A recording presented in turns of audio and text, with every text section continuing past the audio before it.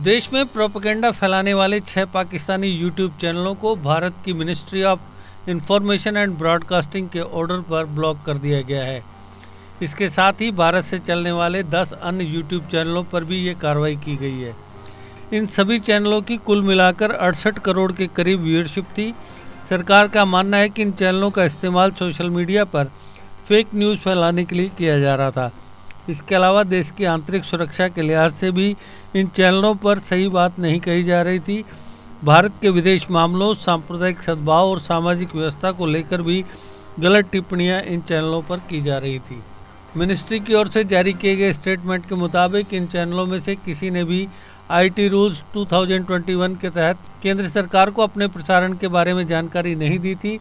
Ministry ने कहा, भारत से चलने वाले कुछ यूट्यूब चैनलों में एक समुदाय विशेष को आतंकवादी कहकर संबोधित किया जा रहा था।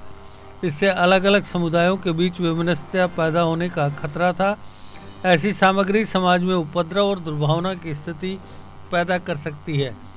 इसके अलावा व्यवस्था के भी बिगड़ने का खतरा था।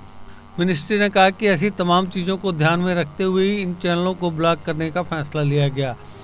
यही नहीं, सरकार का कहना था कि भारत से ही चलने वाले कई चैनल ऐसे भी थे जिनमें बिना किसी वेरिफिकेशन के ही समाचारों का प्रसारण हो रहा था। गलत वीडियोस दिखाए जा रहे थे जिससे समाज के अलग अलग वर्गों में दहशत की स्थिति पैदा हो जाए।